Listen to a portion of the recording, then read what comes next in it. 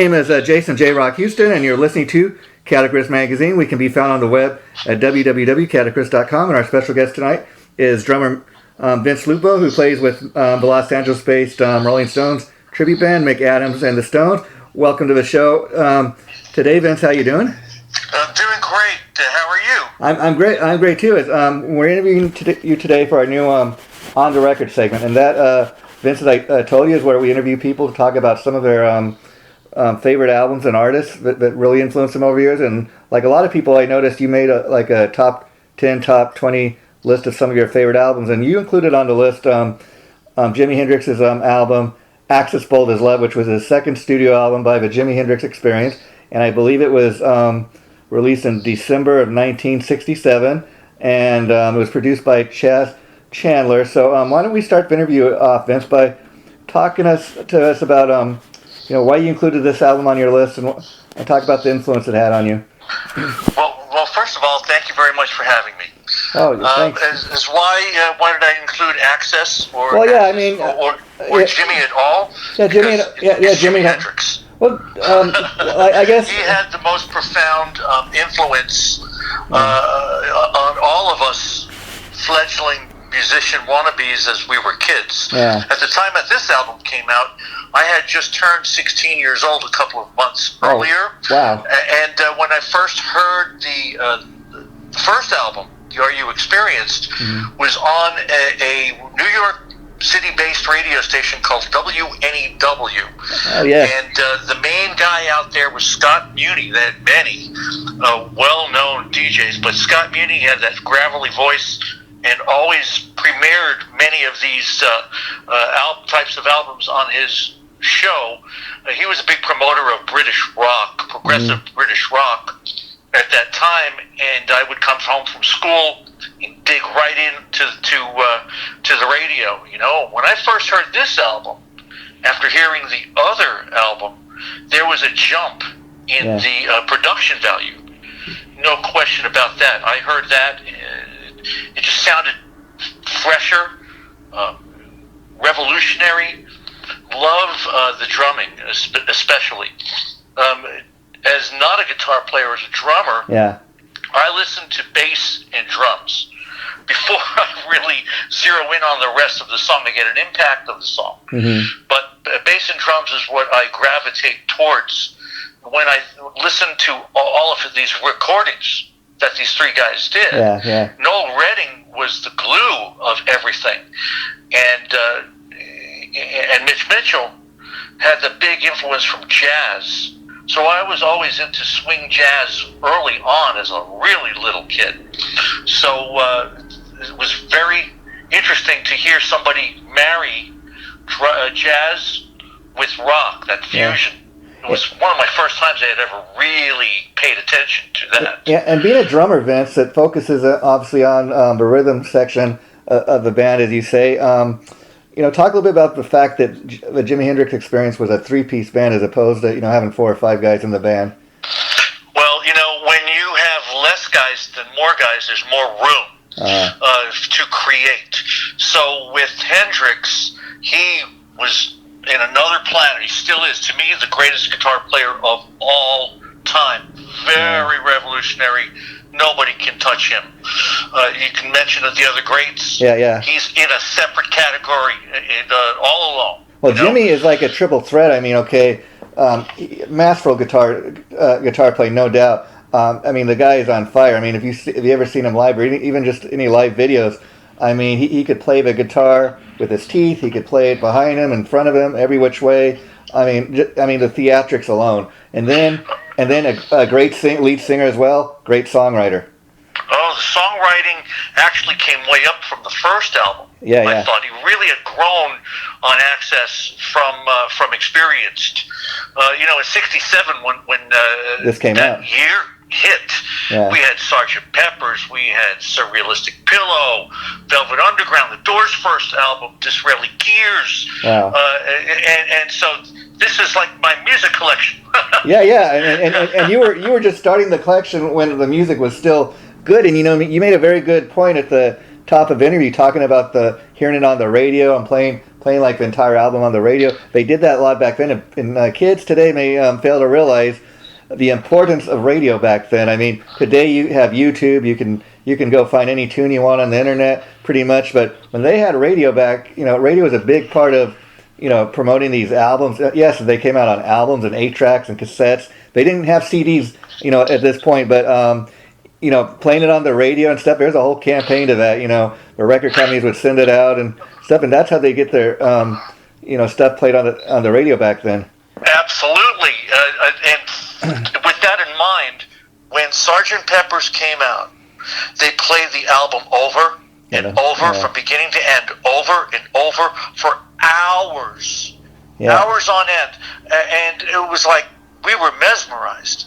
It was really groundbreaking radio at the time versus the top 40 AM pablum that we would all gotten. But still, then when you think about AM at that point, there was still a wide variety between rock and soul and goodness gracious, every variety of music under the sun made it onto top 40. Jimi made it onto top 40. Wind Cries Mary, very, very Foxy Lady. Oh, yeah. It was the other one, Purple Haze. Yeah. Just that made top 40 hits, from what I remember, at least album-oriented rock. Was the big thing at that time, broken by a couple of these stations in New York, WOR first and then WNEW. That was where I'm from originally. Oh, wow. And, some of the radio stations back then, too, like you said, they were not as strict with playing one type of music. I mean, you could hear on any given radio station, like you're saying, you'd hear a Jimi Hendrix song, you'd hear the Beatles, you'd hear the Eagles and Queen and, the Doobie Brothers and everything in between. Everything in between, But why I love this album so much is it's got so many styles on it. It starts off with that EXP, which to me was a joke.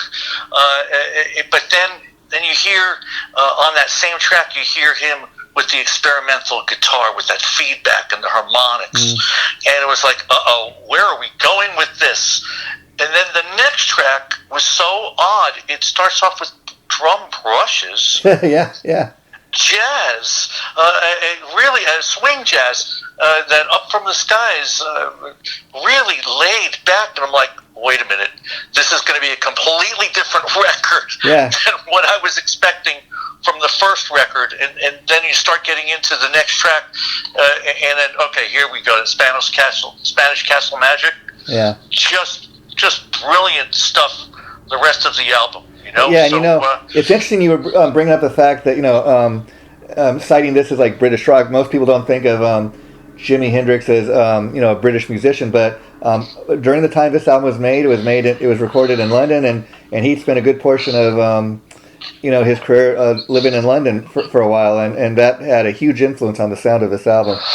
Oh, absolutely. It wasn't until he moved from the States, playing with Ike Turner and all those cats, way early on, to go to England to become who he became, Jimi Hendrix that we know.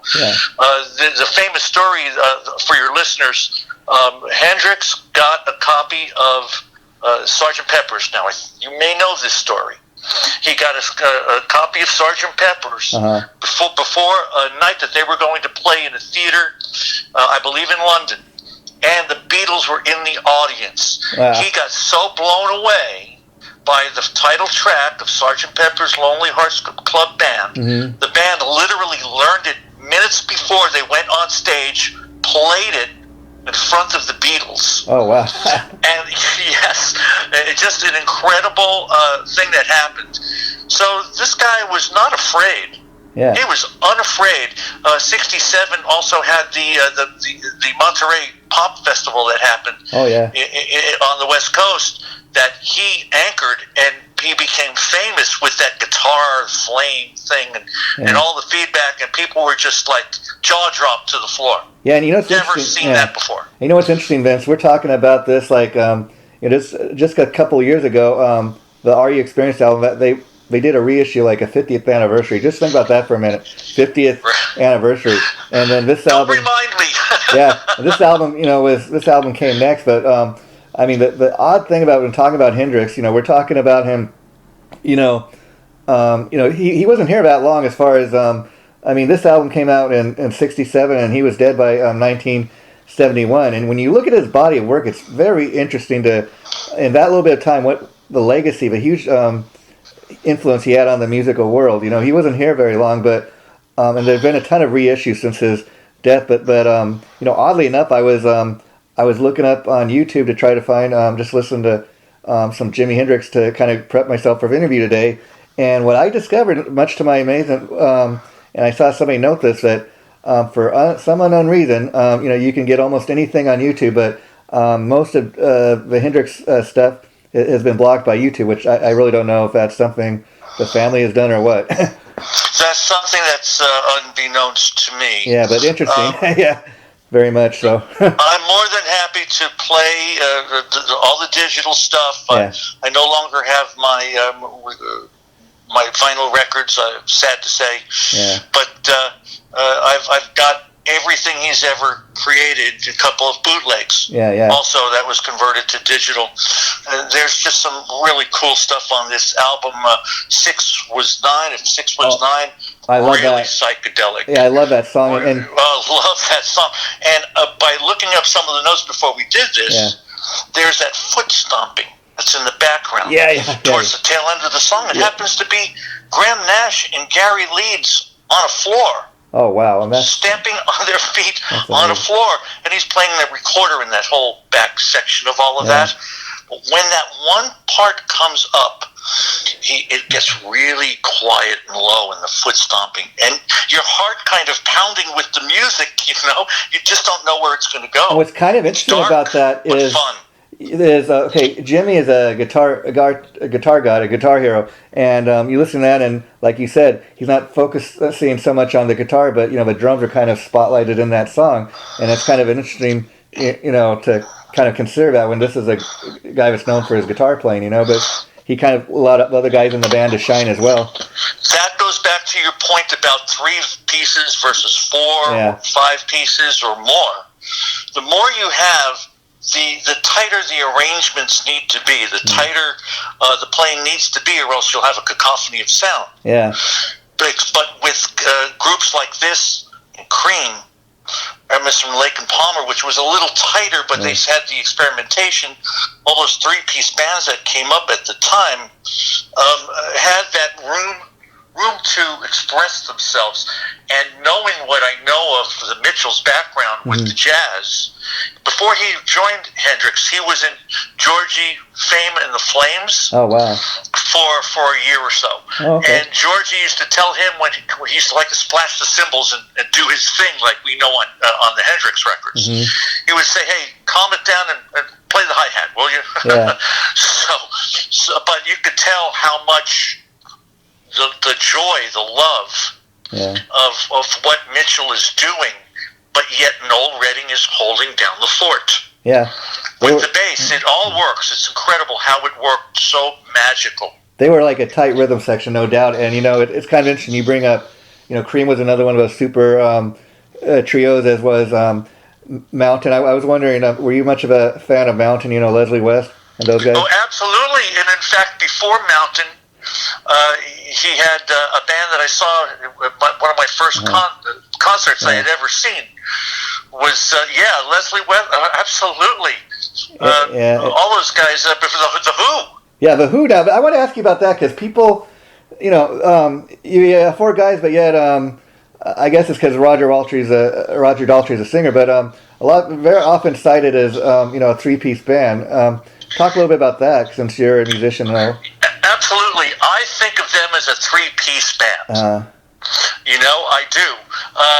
And they're technically 4, but I think of them as 3-piece power, pop, rock, kind of heavy, kind of not, very, very melodic. And one of the songs on this album, this Access album, pays homage to him. You must have noticed She's So Fine, which is Noel Redding singing the lead. Yeah, interesting, on that. I don't know if he just thought he could handle it better than Jimi. Vocal approach. No, that's his song. He wrote that song. Okay. And it's definitely an homage to the Who. Wow. They have those la la la la la la, those backgrounds and the guitar and the pounding drums. That's all That's the Hendrix band doing the Who. Yeah, and the Who is one of my all-time favorites. Just look at, especially when you look back at the classic stuff they did. Townsend was, he's just ultimate songwriter, and even though he wrote most of the stuff, no doubt Roger Daltrey is the voice of the Who, and Pete writes for what Roger can do, and the other guys, they really brought something to the band. Oh, absolutely. We're talking about all of these great times, and those drummers, besides Ringo and Charlie, which got me kicking off, the drummers Keith Moon, Mitch Mitchell, Ginger Baker, those were who I patterned much of my later style off of, but yet in a tighter way. Yeah. I used to be called the baby Keith Moon in my bands way back when. Just so much influence, so many memories, so much gets your blood boiling when you're playing the drums. Yeah. Nothing like being able to imitate my heroes. Yeah, and just some of the Who stuff too. It's just you don't even have to hear the vocal. Just you just hear any of the solos Townsend did, and like a song like "Won't Get Fooled Again." You just hear the roar. Oh my goodness! It speaks to me. We're at the in San Diego a few years back, and it comes to that scream. Yeah. And I'm like, is he gonna do it? Yeah, just is he gonna crack? Does he still? He had it. Yeah, it's so identifiable. It was great. That's the amazing thing about that, a song like that is you don't even have to hear a vocal, just that scream. It speaks to you. The song before you even hear a lick. And you know what it is. Yeah, exactly. And that's the beauty of it. It's been great to be to have grown up in that in the '60s as a teenager and get my musical chops from that era. Yeah, and it's a little bit of everything. 60s, 70s too. Yeah. But wow, we had just the best. I still think we have the best music that got spawned in that era that gave rise to everything else. Before them, of course, Elvis and Barry and all those guys that gave rise to them. Yeah, and how about Beatles and the Stones? And how about Little Richard? Richard, who recently passed? Were you at all influenced by him? Hendrix just magical. The performance there and at Woodstock. Oh yeah, is just incredible. I can't even put into words what the world would have been like had he lived, had Janis Joplin lived, had Jim Morrison lived, had these guys given a chance to shape music more. Yeah, and it's kind of interesting because back in the day, there wasn't this thing again how they tried to really stop people from doing drugs. Back in the day, a guy like Hendrix, he was making the record company money. They would, they would get the stuff, or they'd find somebody, or he'd find a way to get it. And that's sadly why he's no longer here. But and doing research for this interview today, Vince, very much like you were saying, at the time I was reading that many people at the time when this album was released, they seen it as like a huge leap forward from the first album. Especially a lot of people at the time were commenting on how they felt that Jimi's songwriting really jumped a huge giant leap forward. Definitely was a giant leap because the first album had what I call the hits. Yeah. This album didn't really contain the hits. They were more album-oriented hits, so to speak, But the production, the songwriting, you could tell the growth from one album to the next. This one was incredible.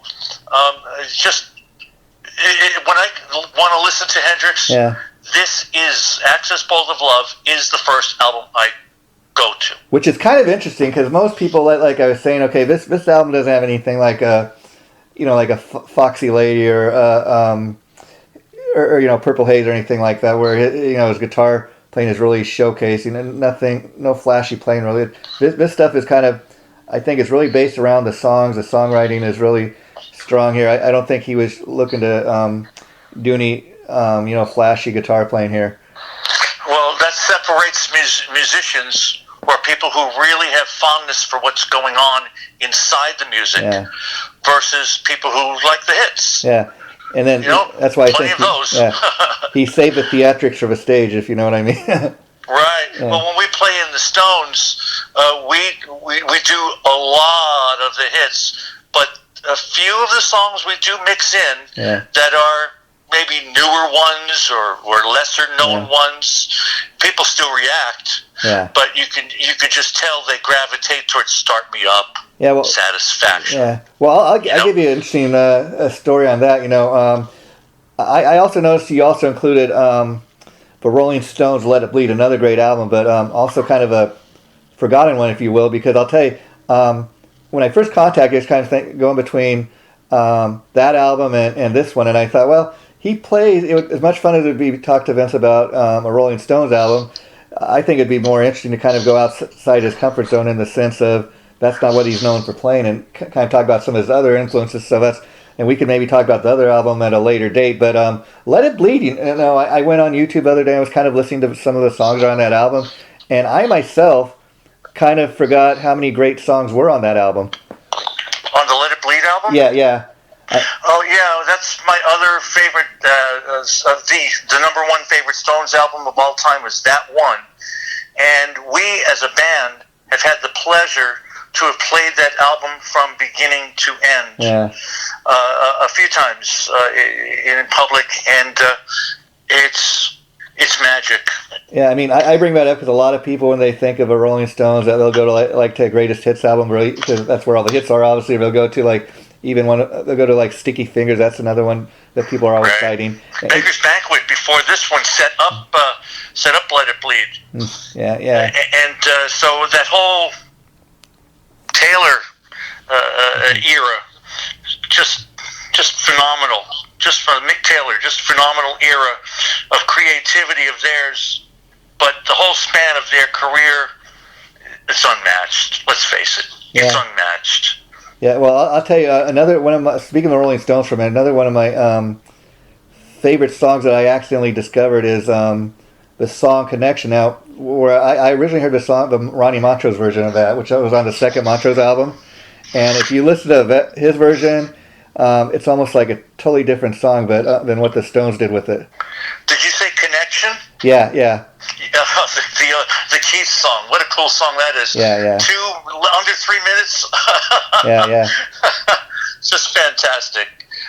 Yeah, it really is fantastic. So I got to ask you now a little about what you're doing these days, Vince. As far as I know, you're obviously still playing with, Mick Adams and the Stones, but you guys obviously aren't playing any live shows right now with this COVID-19 thing. What's that been like? Well, it's been interesting. I've been able to get my body back in shape. in shape, because when you do a lot of road work, you get beat up. Yeah. And so I've actually taken the opportunity to re-strengthen myself and get a couple of body parts to heal up, joints, things like that, from overuse. Mm-hmm. Haven't gained any weight, thank goodness. I'm still getting out there, and I do about 3 miles most days to keep myself in winded playing shape. So I have that cardio going for me when we get back on stage. Yeah. And miss playing. Wouldn't. Have you been practicing? It's been a kind of a soft landing because we live in this nicer little place in Temecula, California, and it's quiet. Neighbors are cool, and we've been keeping out of the stores the best of our ability, doing the curbside pickup and all of that. Yeah.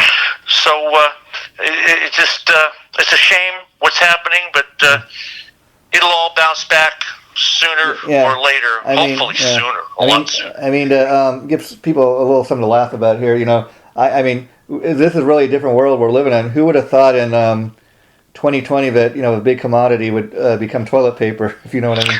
Yeah, exactly.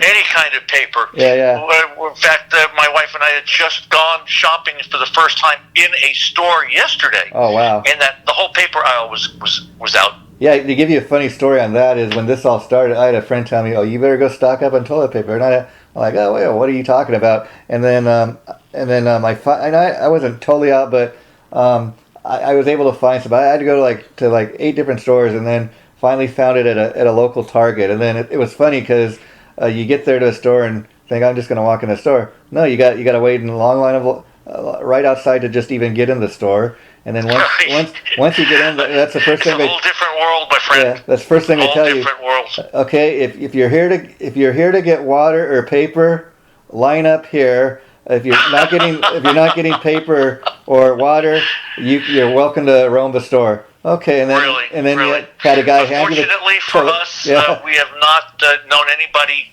firsthand close to me that has contracted the coronavirus. I'm with you there. Yeah, so that's the same thing. The band, everybody seems healthy. Everybody seems raring to go. Yeah.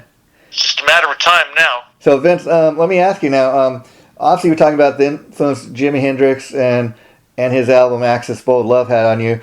And Jimi Hendrix obviously came a few years, right around the same time as the Stones. But when did the Rolling Stones come on your radar? And talk a little bit about how big of an influence Charlie Watts was on your playing. Okay. So something I know a little about. Yeah. Only kidding. I started to enjoy them more when we got into 66, 67, Painted Black. Oh, wow, yeah. Going, not the early blues stuff. I was not into them as much then because they were different. I liked them. Mm-hmm. I had their High Tides, Green Grass album, which would have been my other choice in that top 10 record. Yeah. That was my first Stones album, so I had the hits. Yeah. Always liked the hits. But then they started to, the Beatles started to lead the way with experimentation in the studio, and then so the Stones followed that. And then the Beggar's Banquet album, I played that one. Oh, another great album. Death, and then Let It Bleed, and then so on and so forth. Now, Charlie is, as far as being an influence, I think of Ringo and Charlie as the originators for me. Oh, wow. To play those beats, that style. Mm. And Ringo and his style are different. Wow. Completely different, but from that time frame. So I had kind of that blues swing, Charlie's jazz drummer. Wow. So I've always had that ability from a little kid, but Ringo, that heavy backbeat was what I was really attracted to. So when the Stones got into the more creative stuff, that's when it opened me up, and then I went backwards. Oh, wow. I went backwards instead of going forwards, and got a great appreciation for them, but a greater appreciation since playing the music for 11 years. Yeah, I will tell you this, the Rolling Stones, I do think they are the one band that may very well die up there on stage. They're in their mid-70s, these guys, and they're still doing what they do. And the only time they really slowed down was, when Mick had to have his heart surgery last year. Mm-hmm. And Yes. We actually saw them in Las Vegas the week after they had played Coachella. Uh-huh. And Mick Jagger did have something wrong with his throat. He must have. Yeah. Because something happened during that show that had never happened of the shows that I had seen. Yeah. Keith had sung 3 songs in a row. Yeah, wow. Which was like, okay, then we knew after 2. Something's wrong. He would sometimes do 2, but then to do the 3rd, it was like, oh, he's getting a rest. He's not feeling well. Yeah. Now, have you ever met any of the guys personally, or do you know if they're aware of what you guys do? And I ask that because you guys are one of the premier, Stones tributes, I would say. No, we never met them. They know us, though. That's great. I know they know us, and here's why. Okay. One time, some years ago, we were playing over at Paula in the Infinity Lounge over there, and some gals were right down front taking photos of us, and then texting them off. It appeared. Oh wow! So after the show's all over, we go out of the theater. We do a meet and greet, and a couple of the gals come over, and one of the band members say, "Hey, what were you doing? Uh-huh. Who were you sending them to?" Well, it turned out that Jagger was in the studio doing an album in Los Angeles, and he was getting photos from these gals. he was giving him the thumbs up. Oh, wow, wow. So I know that he knew from that moment. We've been in contact with some of the other side singers, so that sort of thing.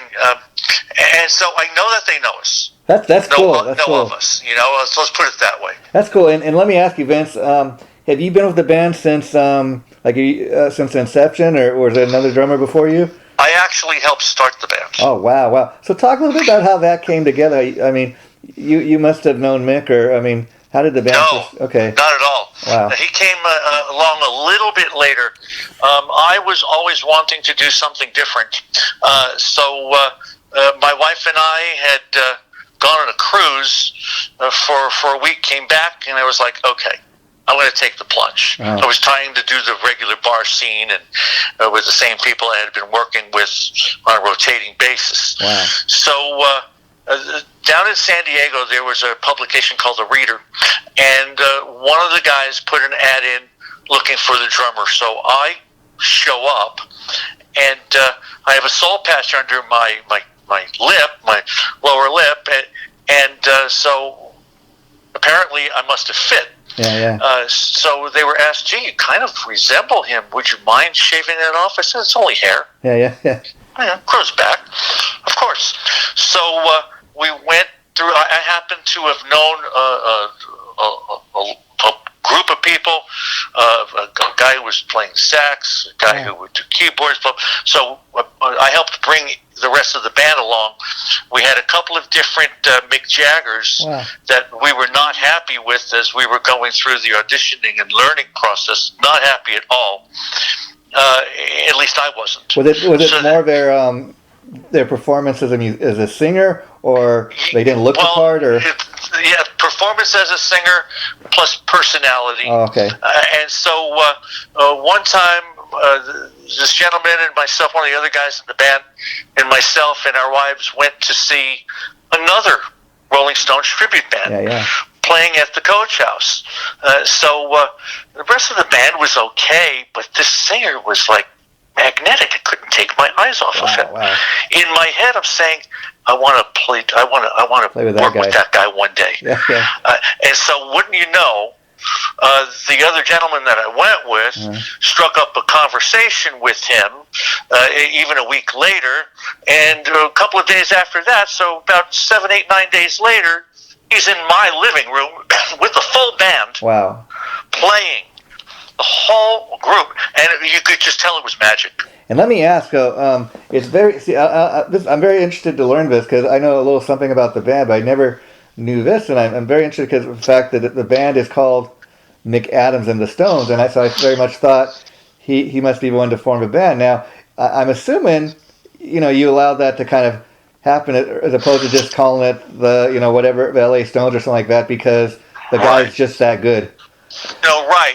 We had gone through a couple of other iterations of this group going back 11 years. Wow. And because of personal conflicts, I wanted to part with him and let the other guys go on their way. So I felt where the bread was buttered. I hear you. Was through the guy who was a real Mick Jagger impersonator, not a lesser one. And I would say he really fits the part. I mean, I've talked to him a few times. He's super nice guy, and I will say this: like, if anybody goes on you guys' Facebook page and look at any of the band photos or just photos of him, he very much looks and sounds like Mick Jagger. Even when you're talking to him, he's got that kind of Jagger drawl. It really sounds like him, and he looks the part.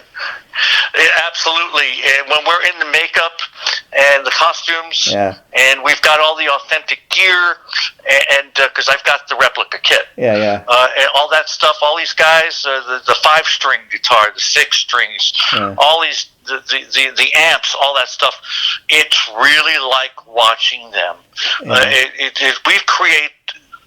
We recreate this magic that is rare. Yeah, and I call it rock and roll theater because, a lot of times people have this misconception about tribute bands and guys that play in tribute bands. I often hear people saying, oh, they're just failed musicians. They're playing other people's music. But I'll say this, Vince. You're talking to a guy that I can't play a musical instrument. So first of all, anybody who can get up there and play other people's music, that takes a certain level of talent. But and it'd be one thing if you just got up there in your jeans and t-shirts. Okay, it takes a certain level of talent to do that. But to be able to recreate what those guys did. That really is rock and roll theater, and I dig the fact that it's you're not just kind of just have the band members. I mean, you go the whole 9 yards, like you said. You have a sax player, you have backup singers, and all that. I mean, that kind of reminds me when they came back with Steel Wheels. If you look at any of the music videos from that period, I mean, they really went all out. Well, you hit the nail on the head, because we always, from the very, very, very beginnings of this, think of it as musical theater. Because we're not just up there playing and dressing the parts, we're acting the parts. We're acting the parts. All those Keith's moves, the Jagger moves, Charlie's got his own type of moves, the facial expressions, all of that, the lighting, the staging, because we just don't go up there and play. We give people spotlights. It's people coming in on and off stage. So it's very interesting. And after doing 11 years, I'm sure you got the moves down. But like when you were first, getting the band together and first playing your first couple of shows, I mean, talk a little bit about the work that went into that. Like you as a drummer, you had to go and really. Well, the hard thing for me was to get that hi-hat lift. That on 1 2 3 4 1 2 3. Every time it's 3 with a snare drum, he lifts that hi-hat, the right hand off. So that was foreign, but now I can't go back. And what's interesting is like when you're up on stage, I've heard Alice Cooper, for example, in interviews, he often refers to himself like in the third person. Well, when Alice is up on stage, he's like, no, Alice is the one up on stage. I'm, my real name is Vince, but I play Alice on stage. I mean, he's that into the role. And I guess what I'm asking is, you're not Charlie Watts. You're paying tribute to him, but at the same time, you really kind of like what I see Mick Adams do and the other guys in the band. It looks like you guys really get into that role, and you really are feeling it on stage. For those 90 minutes or 2 hours, I'm in Charlie Watts' skin. In his headspace. You have to be, And every now and then we break character. But for the most part, we stay in character. And to become an icon and have people, if they met me in real life, they would walk right past me. Oh, and that's got to be kind of a fun part about what you do. I mean, you're paying a tribute. You're playing in a tribute band, and you're paying tribute to your heroes, and you got that freedom where you might not necessarily, get recognized like, say, the real Mick Jagger, the real Charlie Watts would when they're off the stage, and you got the freedom and luxury to do that. Well, that's true. The funny thing is when we're hanging out together, Mick, the wives, everybody, we go to restaurants, he's always getting looked at, stared at.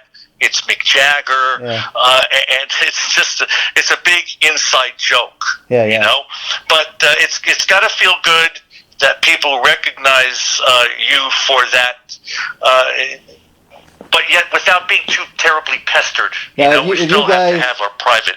Have you guys ever kind of, have you ever, like when you've been out in public, like maybe playing a big casino or something like that, where a fan will come up to you and really think, you really are Charlie Watts. You're like, no, that's not me. Or oh my goodness, that has happened more than once. It really has, because I do the hair. Because you look the part too. And when I do that, people will go, "Oh, that's a beautiful head of hair," and I just go, "Thank you." And you look so much apart. It's a lot of fun. And no, you're really him, aren't you? No, I'm not. I swear to you, I'm not him. I swear. I mean, I could even get you, Vince. Some people mistaking you for Charlie just said, "Yeah, I grew a mustache while I was on vacation or something." It's just been fun doing this for the last 11 years, and to have a rich history growing up as a young man in the 60s, to have this palette to have worked with, the palette of songs and musical colors and styles. And I'd imagine, It's been great. I'd imagine with all the success you've had with Mick Adams and the Stones, that like a lot of musicians, you did the original music thing for a number of years before going this route. Actually, yes. We had a studio back in Long Island before I moved out here. I moved out here 27 years ago. Oh, wow. But before that, for a number of years, we had a studio down in one of my friends' basements, because we have basements back east. Yeah. And we went in on a recording studio, and we did a lot of tunes, well over 100 tunes over, I don't know, 7, 8, 9-year period, and there's even more after I moved out west. So we did a lot of that. We didn't really try to sell it. It was more for our own kind of headspace. Yeah. And see, that's the thing I think a lot of people fail to realize is, it's a lot easier for musicians to kind of, especially if you're good at what you do, make a living doing the tribute thing. And a lot of guys, like, for example, I've interviewed Swan Montgomery from Led Zeppelin, huge, premier Led Zeppelin tribute out here in L.A. And he told me, he's not the original singer, but he said, oddly enough, I've been a part of Led Zepp for 30 years. We're celebrating the band's 30th anniversary. It's allowed him to like release, solo music kind of on the side and do a solo thing. And now he's actually got a new tribute project where he kind of focuses on the Robert Plant's solo material. So it's allowed him to do other things. So he's found success. He's like, Led Zepp, allows me to kind of, pay the bills and do my thing. And if I want to do anything else on the side, there's time to do that, which is kind of cool, to be able to do that. Well, that's true. And the Stones for us is the flagship, and it does a little more than help pay the bills. Yeah. It's just fun to be able to share this with you all. Yeah, it's a pleasure to do it for you all. And before we wrap this up, I'd also like to kind of just add that a great thing about, like I said earlier, Mick Adams and the Stones, you guys are one of the premier tributes to the Stones out there. I mean, because I'm always on Facebook, and the two Stone tributes I'm always seeing come up are you guys and the Hollywood Stones. And there are really not that many. There's not a whole bunch more tributes to the Stones that I see out here, and that's kind of interesting because they are such a popular band. But I guess to play the music of the Rolling Stones, you really your level of musicianship's got to really be up there. It's got to be up there, and you can't fake it. People know this music way too well. Yeah. And the last thing I wanted to share with you was, before this, and you played Stones songs, you played them as a bar band would play them, with a 6-string guitar, not with the 5-string open G, without the proper feel. It's like, just play the song because people like the Stones, right? Yeah. So many times you play them, air quote, wrong, and people don't care. But when you play them right, and you take it that extra mile, people are wowed when you get it right. Yeah, and you guys doing this 11 years, you're at a point in your career where you've done it so well for the last 11 years. Like people that are aware of the tribute scene, they know the name Mick Adams and the Stones just as much as they know the Rolling Stones. And like you said, people are going to pay their hard-earned money. They want to go and see a band that's going to really, bring it home. And what I mean by that is, like I can tell I'm talking to you, what a big influence all these people were on you. What a huge influence Charlie Watts. You're playing from the heart is what I'm saying, Vince. Absolutely. And when we're on stage, it's a marriage of the music with the band and the audience, making for what the experience is in that place at that time. Yeah, and the Rolling Stones, they don't tour as often as they used to because, let's be honest, they're getting up there in age. They may not do it too much longer. And see, that's the thing about a tribute band like Mick Adams and the Stones. There's a certain level of people that are never going to be able to afford a Rolling Stones show. So you guys are kind of the next best thing. And then there's a certain level, there's a certain amount of the fan base too that comes to your shows that maybe they went to a Rolling Stone concert, but it's been years. Or maybe when they come to one of your shows, it brings back a memory of the very first time they heard Honky Tonk Woman on the radio or something like that, or Start Me Up. And it's like a flashback. And if the band's that good, you're doing it for the people like that. My friend, it's all about the fans. Yeah. It always was, and it always will be. And before you wrap this up, I just kind of wanted to also let you know, I think I may have shared this with you, Vince, that I've been interviewing people about, kind of their favorite albums. And tomorrow, oddly enough, I'm going to be interviewing your bandmate, Mick. And the album we're going to be talking about with him is Edgar Winter's White Trash album. Interestingly enough, I've always... Oh, yes. Yeah. Oh, and I know why, because I know him.